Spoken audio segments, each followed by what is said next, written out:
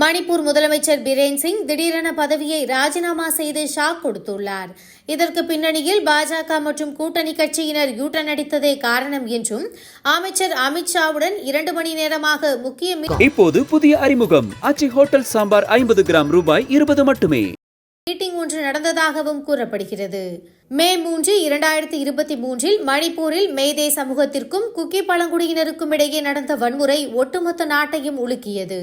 வன்முறையை கட்டுப்படுத்த தவறிய முதலமைச்சர் பிரேன் சிங் ராஜினாமா செய்ய வேண்டும் என எதிர்க்கட்சிகள் தொடர்ந்து போர்க்கொடி தூக்கி வந்தனர். மணிப்பூர் பிரச்சினை பிரேன் சிங்குக்கு தலைவலியாக மாறியது. இந்த நிலையில் பிரேன் சிங் முதலமைச்சர் பதவியை ராஜினாமா செய்வதாக ஆளுநரிடம் கடிதம் கொடுத்துள்ளார்.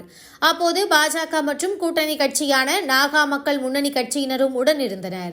மணிப்பூரில் பாஜக எம்எல்ஏக்களே பிரேன் சிங்குக்கு எதிராக திரும்பியுள்ளதாக கூறப்படுகிறது. மணிப்பூர் விவகாரத்தில் மத்திய அரசின் நடவடிக்கைகளால் மணிப்பூர் பாஜக எம்எல்ஏக்கள் அதிருப்தியில் இருப்பதாகவும் பிரேன் சிங்கின் தலைமை மீதும் அவர்களுக்கு நம்பிக்கை இல்லாததையே இந்த பிரச்சினைக்கான காரணமாக சொல்கின்றனர். அதேபோல் கூட்டணியில் இருந்த ஐக்கிய ஜனதா தளமும் மணிப்பூரில் கூட்டணியிலிருந்து விலகுவதாக அறிவித்தது. 2022 சட்டசபை தேர்தலில் ஐக்கிய ஜனதா தளம் சார்பில் 6 எம்எல்ஏக்கள் வெற்றி பெற்றனர். சில மாதங்களில் அதில் 5 பேர் பாஜகவுக்கு தாவிய நிலையில் அப்துல் நசீர் மட்டுமே ஐக்கிய ஜனதா தளம் சார்பில் எம்எல்ஏவாக இருந்தார்.